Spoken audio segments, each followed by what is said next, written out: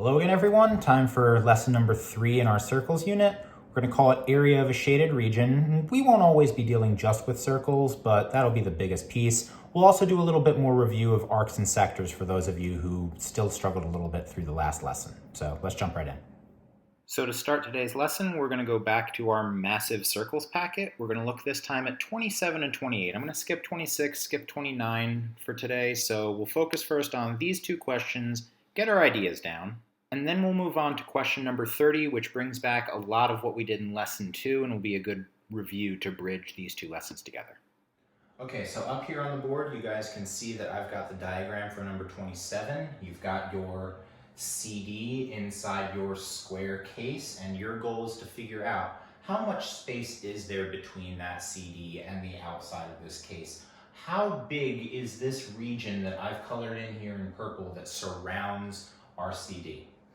Any of these kind of problems where you're looking for something like this, I mean, I give it this general term, area of a shaded region. Any of these sort of problems that you're looking for a shape that's not quite what you think. The shape that we're looking for here isn't just a square, isn't just a circle, it's this frame thing here, which I don't think we have a word for what that shape is. But we do still need to talk about the square, and we do still need to talk about the circle in order to find it.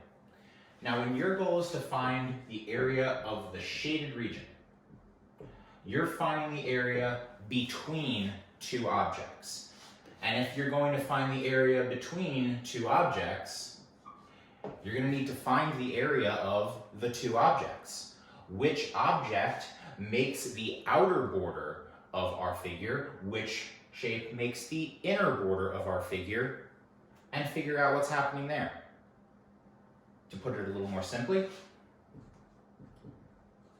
whatever the big shape is and the small shape is that come together to form that shaded region, you just subtract their areas. So while we're asked for a specific area in purple, there's two other areas that we're going to need to find first.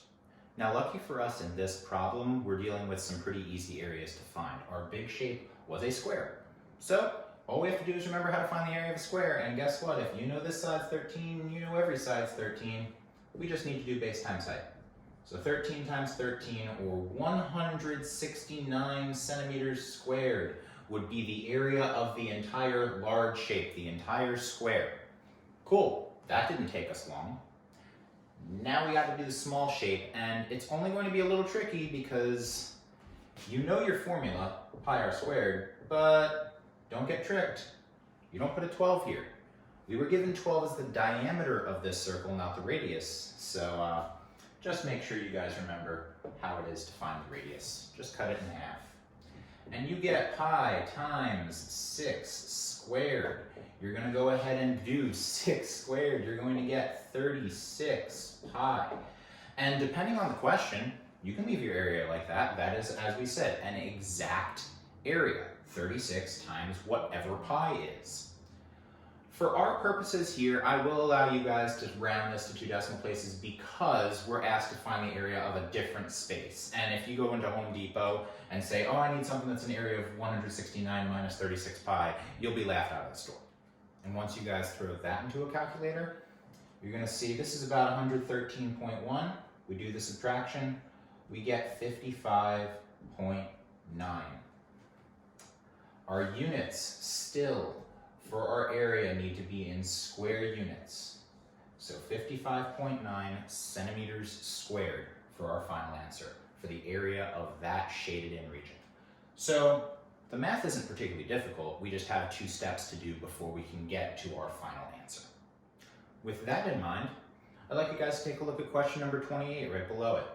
Here we say that we've got this square, and inside our square we have a semicircle, half a circle, whose diameter is the same as one side length of the square. And you're told that one side length of the square is 18 units. Doesn't even give you different words here. Now it specifically says, please find the area of a shaded region. Let me give you guys a couple of minutes to work on that on your own, see how you do with it. Come on back and we'll make sure that we have the right answer. All right, so now we're back. and we need to find our shaded region. In order to do that, two areas that we gotta find first, the big and the small. Big shape, once again, is a square. So the first thing I wanna know is the area of that square. And the only thing we were told about any sort of distance in this problem is that one side length of this square was 18 units. No inches, no centimeters, just units this time. Finding the area of the square is not gonna change. We're gonna do 18 times 18. We're going to get ourselves a total of 324 units squared. Again, we now need to find the area of a semicircle. We know what the formula for the area of a circle is. We know that that's pi r squared. What do you guys think it's going to be to find the area of a semicircle? That's half a circle. We're going to need to take 1/2 of what we get here, so keep that in mind. That's going to be a little bit trickier. Again, we need to know what our radius is. The only thing we were given was our diameter. If we know our diameter is 18, we cut it in half. So you're doing 1/2 times pi times 9 squared. 9 times 9 is 81. If you'd like, you can take half of that and say that this is equal to 40.5 pi units squared. But lucky for you, you don't have to worry about what form you're going to leave it in because this question specifically asked to round your answer to 2 decimal places. That means it's time for us to grab ourselves our handy calculator, type in 40.5 pi if you wanted to know what this area was first. You don't have to type this minus this into the calculator if you don't want. You can just go ahead and get what this number is first, 127.23 units squared. And now that we've got our big area, and now that we've got our small area, it's just a matter of subtracting them. 324 minus 127.23 is equal to our final answer, 196.77 units squared. Please, even if there are not units given to you in the problem, or if you are given specifically the word units, make sure you're putting the word units or units squared, depending on what you're asked for, in your answer. Now we're on to question number 30, and you're going to notice this is going to bring back a lot of what we just did in the last lesson, so it's going to be good practice for those of you who still had some issues, those of you still having some issues with the homework on sectors and arcs. This next part is going to help you guys a little bit to see how that's supposed to work. So we've got ourselves a circle. Circle O, where its center is. We know that OC, the radius of this circle, is 5 inches. We're asked to find some things about this. So I think we've got 5 parts here, so we'll just go one at a time. Part A is easy mode. We need to know the exact area and the exact circumference of this circle. And at this point, guys, asking those questions should take you no more than 10 seconds. 10, 9, 8, 3, 2, 1. Cool. We should be done with this by.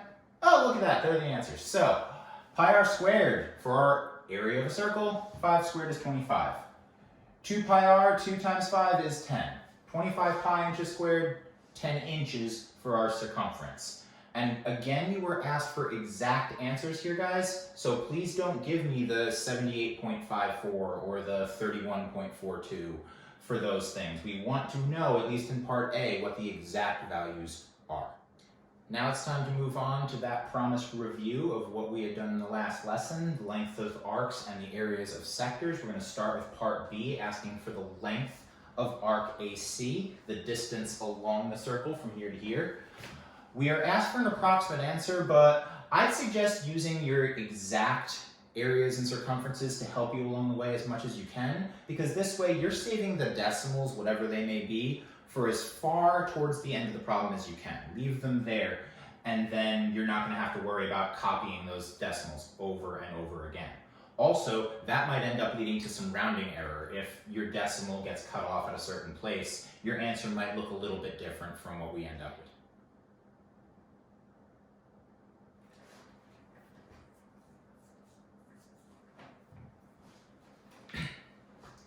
So our goal is to find the length of an arc. We've got 2 possible quantities to compare that to. We've got the area of our circle, we've got our circumference. It says right here length, and if you've got your units correct in part A, you can see which one of those is given to you as a length. we have to use the circumference, the distance around that blue circle, to find the length of a piece of that blue circle. And as we had said, if you want to find a piece of a circle, we're talking about setting up some sort of proportion, having our fractions where we're talking about a part of the circle compared to the whole thing. On one side, we had a part of the circle, the length of our arc, compared to the whole thing, the entire distance around the circumference. Over here, we compared that to something in degrees. We know that a circle has 360 degrees, no matter what kind of circle it is.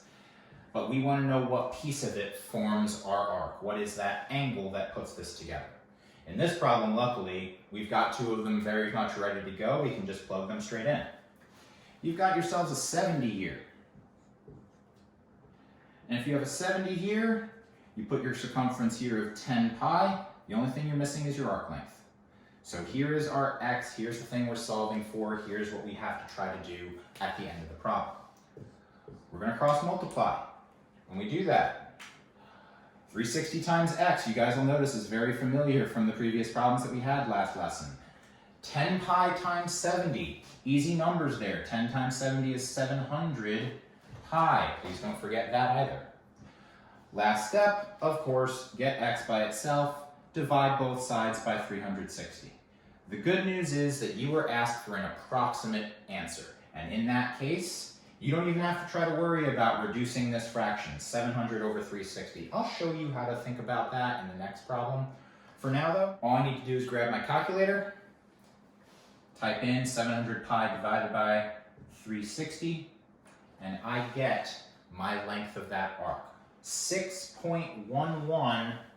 Again, make sure you have your units here. We were asked for the length of an arc. We'll leave that in inches. Okay, so now we've got our part C, finding the area of the sector. How big is that whole slice of pizza that we would have to take out of the entire rest of the circle? So like we'd said, again, we're talking about a part versus a whole. Again, we're talking about a fraction. We've got our formula. This time, we've got an area up top and an area down bottom instead of lengths like we had in part B. But that doesn't change what you'd have to have over on this side, right? Still, the number of degrees we have over 360.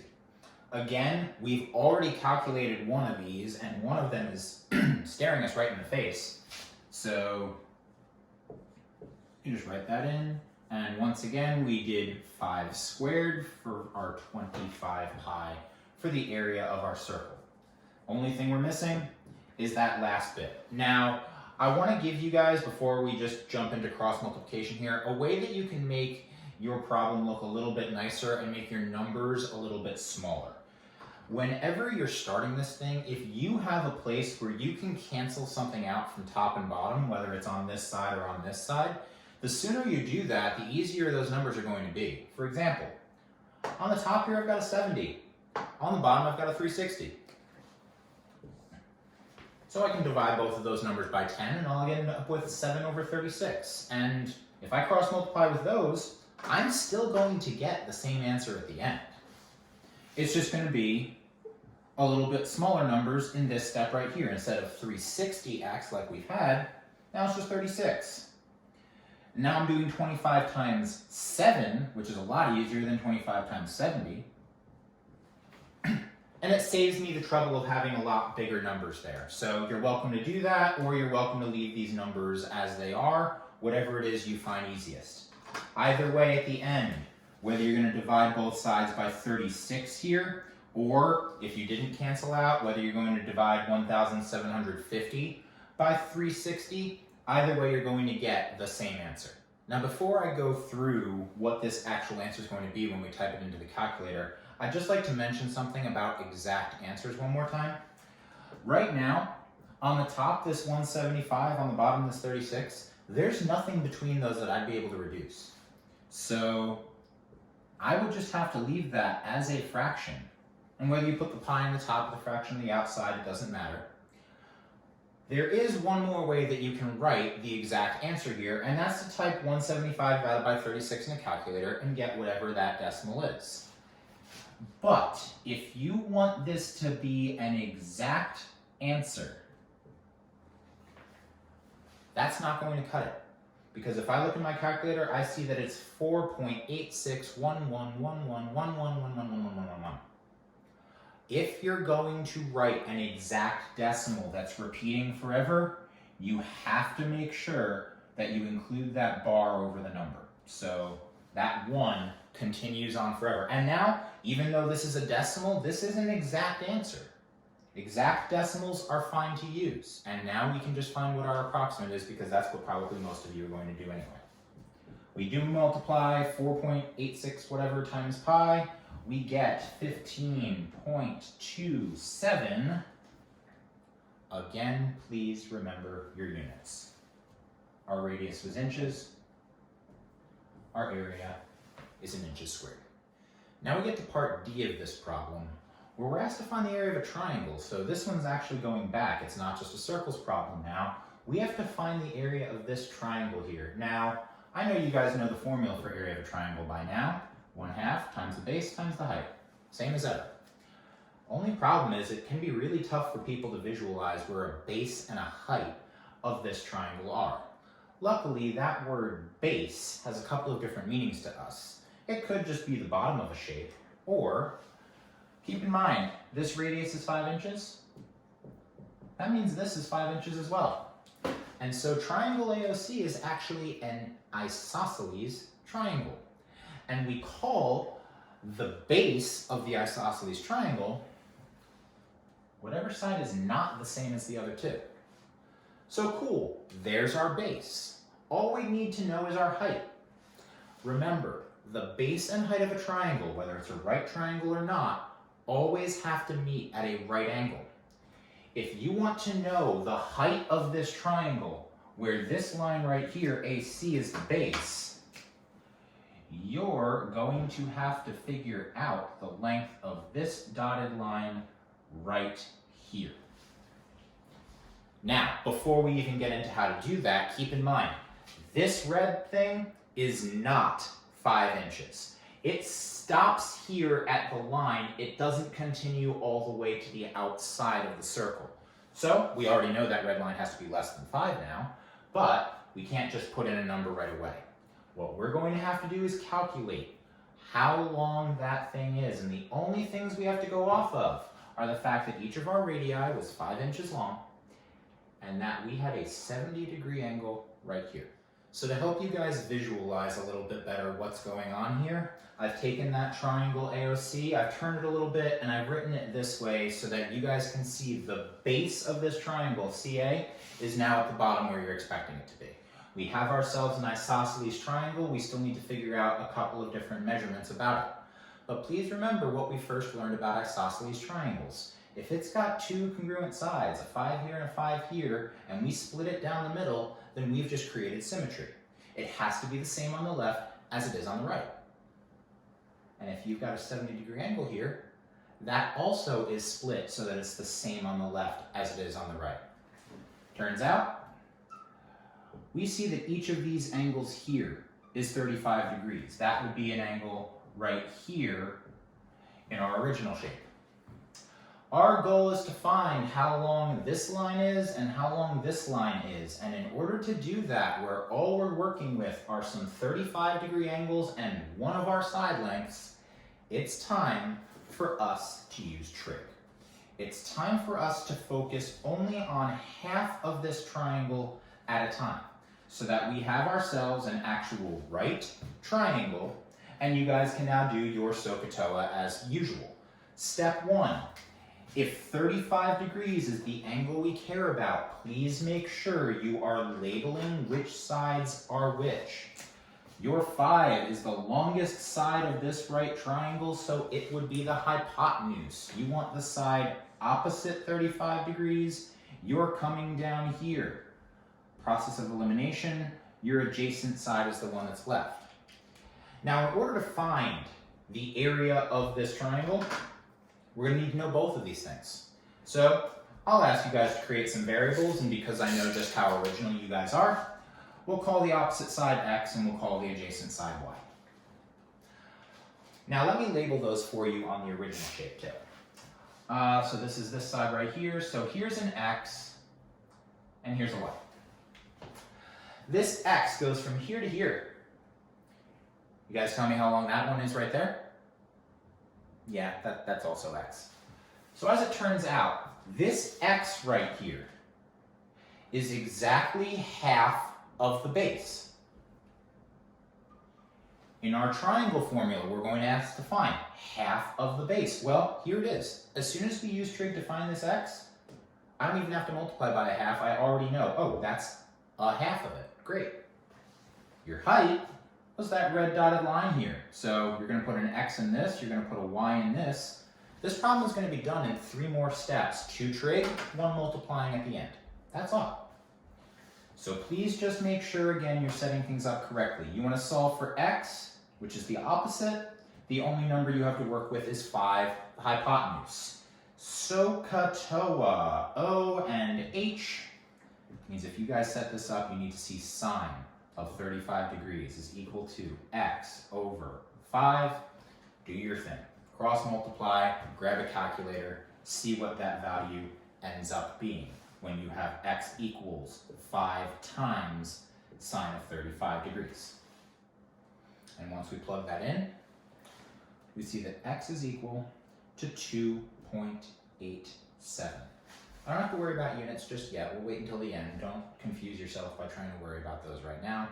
We're eventually going to have to find an area, but for now, 2.87 is the length of this line right here. This is half the base. Once I find this number, I'll multiply it by 2.87, and I will know the area of the entire triangle right away. We're looking for y. You're more than welcome to use your 2.87 that you just found, but I think most of you will find using a whole number is a lot easier and a lot nicer to write anyway. So if we want to use our hypotenuse to find our adjacent side, A and H, you guys know which trig function we're about to have to use here. This time it's cosine of 35 degrees is equal to y over 5. Notice anything familiar, guys? It's the same exact cross multiplication, except this time it's 5 times cosine of 35, not 5 times sine of 35. Type that into a calculator, and you get that y is equal to 4.11.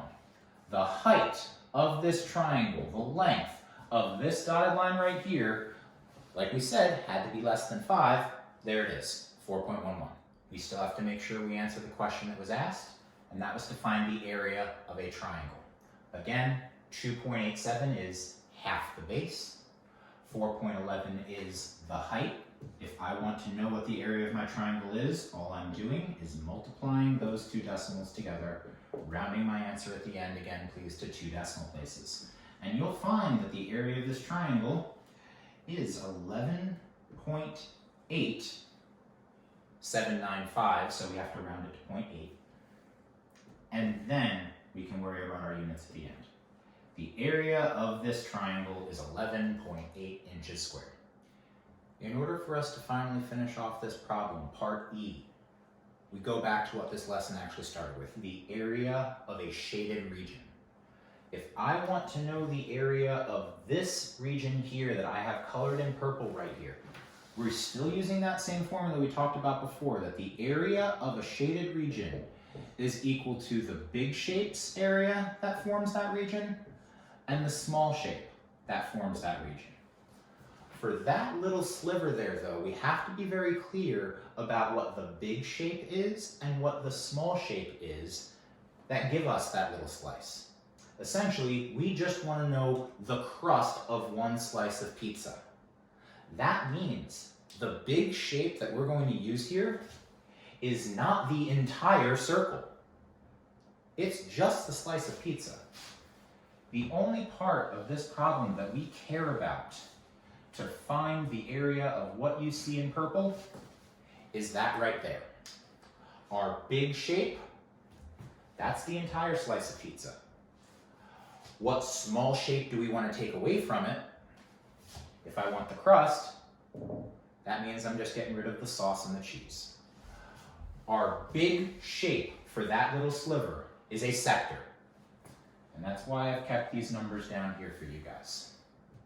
Once we know that our large shape has an area of 15.27, Once we know that our smaller of the two shapes, just the triangle, is 11.8, we don't have to do any trig, we don't have to do any pies, we don't have to do anything. We've already done the work in parts C and D. Part E just says subtract those two numbers and we're done. And the area of that tiny shaded region in purple is 3.47 inches squared.